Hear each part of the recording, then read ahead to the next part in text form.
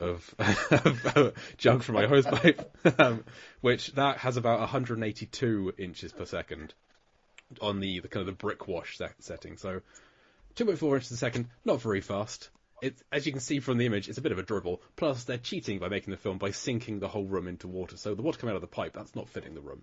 They're doing that and they're sinking the room.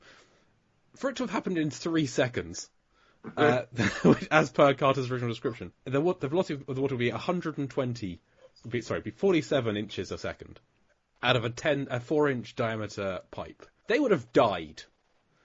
There's been a hole in their stomachs. Yeah, the pipes are about head height. They would have been decapitated immediately if what Carter had said. I just want to let you know that it was worth getting a master's in education and, emphasizing math just so that I could come on this podcast and you would feel the need to justify this scene through your research. Like, if I hadn't done that, maybe you wouldn't have done what you just did, but I'm grateful I went through that education just so you would have had to do that, and it was wonderful. For the listeners, it would have happened regardless. I took maths and further maths at A level, so I'm an engineer by trade. So.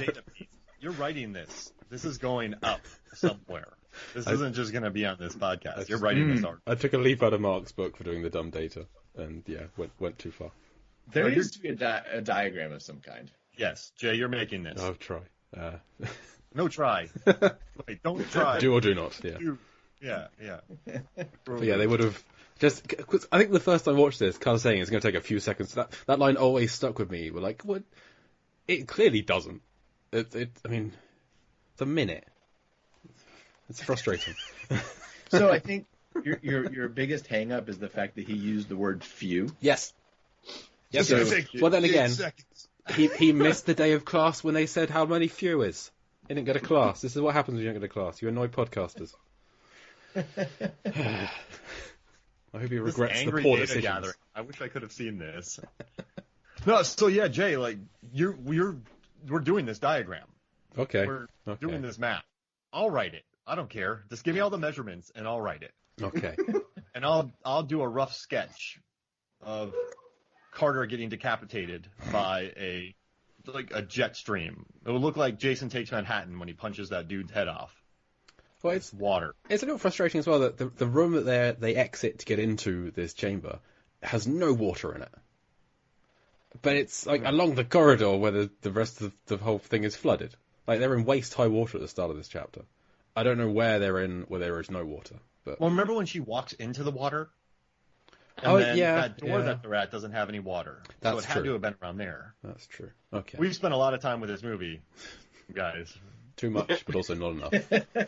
Have you guys seen the movie, the 1979 film Zombie, directed by Fulci? No. I know of that film. I have not seen it. So it's an Italian horror film, and they had this stunt man go to the bottom of the ocean. They stuffed a tiger shark full of food, and they gave it a bunch of sedatives. And there is a man dressed as a zombie wrestling with a tiger shark in the film. They actually went down there and filmed it. So if you watch it, you type that in, zombie shark fight. There's a dude just he's trying to bite on the shark. He's grabbing on it. And it's a real shark, a tiger shark. Real shark. Real shark. Hell, that actor is out of his mind. Dedicated. It's insane. Watch it. Those are two accurate ways to describe it. It is an insane scene, and there's more to it. But I read about how they shot it, and the director didn't want to do it, but the producer's like, "Yeah, we need it. Yeah." And that's exactly how producers sound, by the way. That's like, any producer you meet, oh yeah. So a zombie wrestles with a shark. No cross stabbing, but you should type it in on YouTube. Yeah, I'll check that and out. Watch it. Definitely. Speaking of producers, do you guys get the vibe that Sam Jackson is kind of like a stand-in for a movie producer, where he just kind of comes and tinkers with everything? He's the one who needs to come and fix things, and everybody's just like, "Shut up, dude!" And then he, gets killed. It's like Harlan living out his fantasies in some way. Whoa, that's amazing. Because he was complaining. So the producers had him on a really tight rope for this movie because he had made Cutthroat Island, which lost the studio $100 million, which I still love. You can see everything on the screen in that movie. It's bonkers. And Long Kiss Goodnight wasn't the success that everyone was hoping it was going to be. So this one, they made him do a ton of pre-pro. They had producers on set at all time. They had Akiva Goldsman on here, who was a writer and a producer on it. They really had him in a tight, they reined him in for this movie. They reined in Rennie. But yeah, that's like, he kind of is a producer. He shows up and he's tinkering with stuff. And he's like sent in to fix things, Whoa. Trying to figure out what's going on. That's a great point. Yeah. I got a new article I'm going to write. I just wrote an article ranking all 39 of the door opening and closing scenes, so. That's amazing. I got something new. Sure. I like it. Yeah. I learned something today. I learned about The Room. Oh man, that's going to be a great day. I'm going to go run after this. I'm going to pick somebody up and I'm just going to run on the streets. So, Justin and Pete, any other thoughts on this chapter or the film as a whole? We kind of mentioned it already, but, when Tom Jane talks about how he's just, I don't play by anybody's rules. Like, just the idea that whole, that's not the exact line he says, but it's just of what he says. It's just, I don't know. It's just, I love that. There's nothing else to it. I just love that his character is like the, outcast, the one who just kind of does his own thing aside from everyone else. It just makes for a really, I don't know, fun, interesting character. I also was going to the Thomas Jane part is like the sliding he does in a lot of the moments. Like he's very good at the sliding, and it's the equivalent of the Captain Kirk roll, right? Just like the one I'm thinking of is when they are out in the rain, right? When they're trying to take, isn't it when they take Stellan Skarsgård to the helicopter? Basically, he does a few slides in that scene, and it's just get him in a baseball movie. Wait, isn't he in a baseball movie? Yeah, 61. Yeah, 61 with B-Peps. Yeah. So there you go. See, he had his. Who is he in that? Is he a baseball player? Is he one of the? He's either Maris or Mantle. He's one of the two. And also, he's the stuntman on Angels in the Outfield. When the angel drags one of the baseball players 30 feet, he's the guy sliding that far. No, you're lying. I don't believe you. Bring it. Look, you do seem to know quite a bit of like obscure things, and I'm gonna call on that one. It's wise. Another mention of Angels in the Outfield on this podcast. Jesus. At some point we'll reference a film I've seen. Yeah. The other thing I wanted to talk about is just on the doors, the open and close like valve. How many times they show that throughout the movie? Yeah. It's like, dude, we get it. Like, he's opening the door. We don't have to see the thing spin every single time. It's the start and end of half the chapters, I think. Mark was serious when there's 39 times doors are opened or closed in this film. Unbelievable. Yeah. Yeah, that wasn't me lying. No, that's absolutely true. Oh, yeah, I totally believe it. That one I believe, yeah. Actually, we talked recently about sharks would just beat down the doors. When they get into the elevator shaft, the shark just keeps ramming at the door until it opens. And on that episode, I was like, yeah, that's fine, because sharks don't actually feel pain. I did a bit more research, and they don't, but also they don't have bones, they have cartilage. So after several rams, that would just be a caved-in shark head. Caved-in schnoz? Yeah, so it wouldn't actually work. So unless the brain stabbing practice also increases the strength of their skull. I don't know. They start looking like De Niro from Raging Bull towards the end with the jacked up nose. Yeah. That's exactly where I was going. Really angry and overweight and abusive. I want to go back, before we completely finish and mention how great of a move it was to let LL Cool J survive. And I mean, whether she dies or not is kind of irrelevant to me. It's fine either way. I would have been fine either way. I prefer the way it went. But in this case, he had to live. He is just such an essential character, not just in the movie, but just like this. He is kind of this. I know, Pete, you just referred to Thomas Jane's character as an outcast. Like, I feel like Preacher is that, right? Like, he's the one who's actually not involved in anything, right? Because he's always cooking. He's always down. He's not a part of any of the parties, or he's not kind of there. He's always on the fringe. And for him to end up being, the hero in this case is great. Even though he shot Thomas Jane to the leg at the same time. But, he's the hero. It's great. I hadn't considered that he didn't know that the sharks had been modified. Like, they haven't had that conversation. Like, his one encounter with the shark in the kitchen, he just thought that was a normal shark that could turn an oven on. He just thought that's how smart sharks are. So like sharks can just do that. Yeah. So I want his like internal monologue throughout the rest of the film. Is like thinking when he sees the sharks and what they're doing, like just trying to process this information.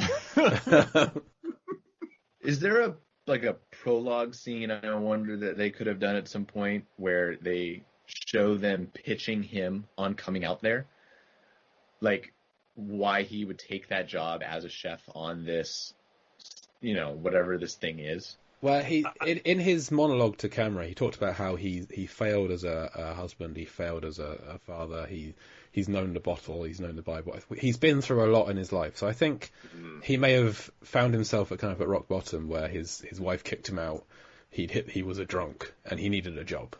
And this is a job that was available to him. Yeah. I did some cooking in my youth. I can knock up a Helsinki hollandaise. I can. There's Aquatica it's the dregs of humanity. It's because no one asks questions. Yeah, exactly. So she doesn't want people out there who are she wants people who are happy to be there because they don't get any other job. Yeah. And I kind of got the impression that's the general sense of a lot of the characters, because Tom Jane and Sam Jackson have that conversation about how they're both in prison, and I mean I think it's this is where people go when they don't have many other options. I'm ready for the gritty prequel series Preacher Chef about that character. I'm ready or would it be Chef Preacher? Preacher Chef. It's Preacher Chef. Oh no, Preacher it's Chef, just Sherman. Just Sherman. Sherman. His name's Sherman Preacher Dudley. So just Sherman. Then we can know how he became a chef and how he got the nickname Preacher. Yeah, exactly. Yeah. Origin story, Yeah. You can team up with the Warrior Nuns, which is getting a second season. I want to see that cast in a Star Wars movie, by the way. And then have Preacher Chef and Warrior Nuns battling the forces of evil and sharks in the galaxy. Yeah. Sorry. No, I have no idea what Warrior Nuns is, but yes, good. I'm here for it. It's a real thing. Okay. It's Netflix. It's real. Okay, cool. Or is it? We'll never know. There's no way of finding out. Nice. Well, thank you, Pete and Justin, for being on the show today. What would you like to plug? Well, our podcast is the Rambling Ramblers Movie Podcast. You can find us on Twitter and Instagram at TRR Movie Podcast, and we're available anywhere you can get your podcasts, Spotify, Apple Podcast. We're even on Pandora. Are you on Pandora? I don't know. That was one I didn't even know they had podcasts, and then it popped up as like, hey, put your podcast on Pandora. I was like, okay, let's do it, because I had no idea that was even a thing. Mark, if we're not on Pandora, you've let me down. Although the one thing is a disclaimer: if you put it on Pandora, you do have to then have some sort of Avatar episode in your list at some point. We'll just change the font to Papyrus and be done with that. There you go. Also, for me, I'm on Twitter at Mr. MR Justin Gott. Gott is my last name. And then Pete, you're on Twitter, although you don't tweet a whole lot. Yeah, I'm not super active on Twitter, but if you like me, you can feel free to follow me. It's at Pete Conway 46. Okay, very nice. And listeners, you can find this podcast on Twitter, Instagram, and Facebook at Deep Blue Sea Pod, and email us deepblueseapod@gmail.com, and you can read more of my writing over at Life vs. Film, lifevsfilm.com, or join the LAM, the large association of movie blogs. We're a large collection of online movie blogs. Come join us. Mark, what have you got going on? Let's see. Listen to the Movies, Films, and Flicks podcast, Movies, Films, and FLIX. Also, I got a new article going up on Rotten Tomatoes sometime. It'll be up by the time, so just type in Mark Hoffmeyer Rotten Tomatoes. Listen to the Rotten Tomatoes is Wrong podcast. Watch Versus on YouTube or Peacock, the Rotten Tomatoes series. And then go to the Film Theorist channel on YouTube and check out the videos I've written. I got a bunch of stuff planned for 2021. So just keep your eye on that and subscribe. That's about it. Very nice. And next week, don't get used to all this dialogue, because it's going to be another week of not a lot. They crammed it all into this week's chapter. We had no dialogue for almost 3 weeks. Nothing but dialogue this week, and then it all drops off again for the next few. So come back next week for no more talking. But as for today's show, thank you very much to Pete and Justin. Oh, I guess we should say something. If you want. Jay was on a roll, so I was just like, let him go. He was just going to go. Thanks, guys. We appreciate you having us on. This was awesome. This was a lot of fun. Thanks, guys. Thank you for being here. I'm Jake Lower. And I'm Mark Hoffmeyer. And we'll see you next week. Bye. Bye.